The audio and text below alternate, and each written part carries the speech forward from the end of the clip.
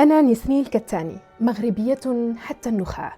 ولدت في صحراء المغرب، بالضبط في مدينة العيون، باب الصحراء وموطن الرياح، حيث كبرت أشم ريح الساقية الحمراء، ريحة تحمل في طياتها تاريخ المسيرة وصمود الشعب وحبا عظيما لوطن صامد لا يقايد. كبرت، درست وعملت، وكان فخري بالمغرب يسبق اسمي دائما، وطموحي تجاوز الحدود، لكن البوصلة باقيت واضحة، أن يظل العلم المغربي حاضرا في القمم. في قبل 9 سنوات فزت بأول لقب دولي لي في دولة عربية، وعند الإعلان على اسمي وبلدي انسحبت كل المشاركات من جنسيات مختلفة احتجاجا على نجاحي، لا لأني أخطأت، بل لأن اللقب كان مغربيا، وانتصار بلدي لم يرضي بعض الناس. نسرين المغربية.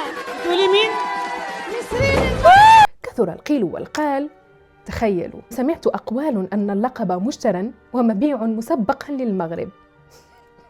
حصدت بعد ذلك على مر السنين ألقابا دولية ومهاما مختلفة، مثلت بلدي في محافل دولية، وتعرضت كما كثير من المغاربة لتأويلات وتحريفات وأحيانا لهجوم مباشر، لا على شخصي بل على هوية المغربية وانتمائي لوطني. الصراحة كان رد فعلي دائما الصمت والتغاضي والاستمرار. لا أرى في ذلك أي أزمة، لأن من يستحق لا يبرر، ومن يهاجم يكشف ضعفه. الصمت أحيانا أقوى من 1000 رد، والعمل والتألق هو الرد الحقيقي الذي يواجه الكراهية بصمت وقوة. والمغرب كلما هوجم زاد حضوره وقوته، وزاد فخرنا بالانتماء إليه، فلا الهجوم يضعفنا ولا الكراهية تقلل من قيمتنا. هكذا يظل الوطن صامدا عظيما وحاضرا، حتى في وجه من لا يطيق رؤيته يزدهر، كره من كره وأبى من أبى. نحن شعب نساند ولا نهاجم، نحتوي ولا نرفض،